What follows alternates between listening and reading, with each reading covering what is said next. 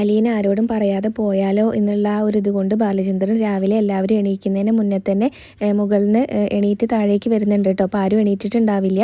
അപ്പോൾ അതുകൊണ്ട് തന്നെ പിന്നീട് വീടിൻ്റെ ബാക്കിലെയും ഫ്രണ്ടിലെയും ഡോറെല്ലാം പൂട്ടി ലോക്ക് ചെയ്ത് വെച്ചിരിക്കുകയാണ് കേട്ടോ. എന്നിട്ട് കീയും കൊണ്ട് മുകളിലേക്ക് പോവുകയാണ്. അപ്പോൾ രാവിലെ വൈജയന്തി എണീറ്റ് വരുമ്പോൾ ബാക്കിലെയും ഫ്രണ്ടിലെയും ഡോറെല്ലാം പൂട്ടിയിരിക്കുകയാണ്. അപ്പോൾ അതറിഞ്ഞിട്ട് രാജീവിനെ വിളിച്ചിട്ട് കാര്യം പറയുന്നുണ്ടായിരുന്നു. വീടിൻ്റെ ബാക്കിലെയും ഫ്രണ്ടിലെയും ഡോറെല്ലാം പൂട്ടി വെച്ചിരിക്കുകയാണെന്ന് പറയും. അപ്പോൾ രാജീവൻ ചോദിക്കും ആരാ പൂട്ടിയത് എന്ന്. അപ്പോൾ അലീനെ പറഞ്ഞു വിടാതിരിക്കാൻ വേണ്ടിയിട്ട് ബാലചന്ദ്രനെ ആയിരിക്കും പൂട്ടി വെച്ചിരിക്കുന്നത് എന്ന് പറയുമ്പോൾ രാജീവനും ദേഷ്യമൊക്കെ വരുന്നുണ്ട് കേട്ടോ. രാജീവനാണെങ്കിലും പിന്നീട് ഈ കാര്യം കമലേനോടും മനുവിനോടൊക്കെ പറയുന്നുണ്ട്. അപ്പോൾ അവളെ ഞാൻ അവിടെ നിന്ന് അടിച്ചിറക്കും എന്നാട്ടോ രാജീവൻ പറയുന്നത്. അപ്പോൾ മനു പറയുന്നുണ്ടായിരുന്നു അതിനെ വീട് ലോക്ക് ചെയ്ത് വെച്ചിരിക്കുകയല്ലേന്ന്.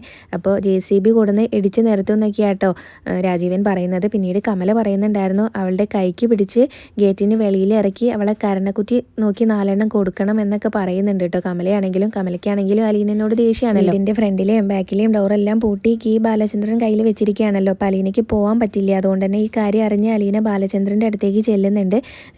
എന്നെ നിങ്ങളുടെ ഈ പ്രിയയുടെ കയ്യിലേക്ക് കൊടുക്കുന്നുണ്ട് കേട്ടോ. അപ്പോൾ അലീന കീ വാങ്ങിച്ച് എന്തായാലും പോവാം എന്നുള്ള ആ ഒരു ഇതിൽ തന്നെ റൂമിൽ നിന്ന് പുറത്തേക്ക് ഇറങ്ങുമ്പോഴാണ് ബാലചന്ദ്രൻ അലീന പോകുമെന്ന് മനസ്സിലാക്കിയിട്ട് രേവതിക്കുട്ടിയും അലീനയും തമ്മിൽ സംസാരിച്ചിട്ടുണ്ടായിരുന്ന ആ റെക്കോർഡെല്ലാം ഓൺ ചെയ്ത് അലീനയെ കേൾപ്പിക്കുന്നത് കേട്ടോ.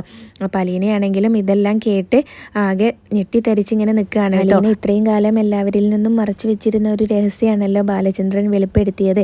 അപ്പോൾ ഇതെല്ലാം അറിഞ്ഞ് ആകെ സങ്കടപ്പെട്ട് കരഞ്ഞുകൊണ്ട് അവിടെ ഇരിക്കുകയാണ് കേട്ടോ.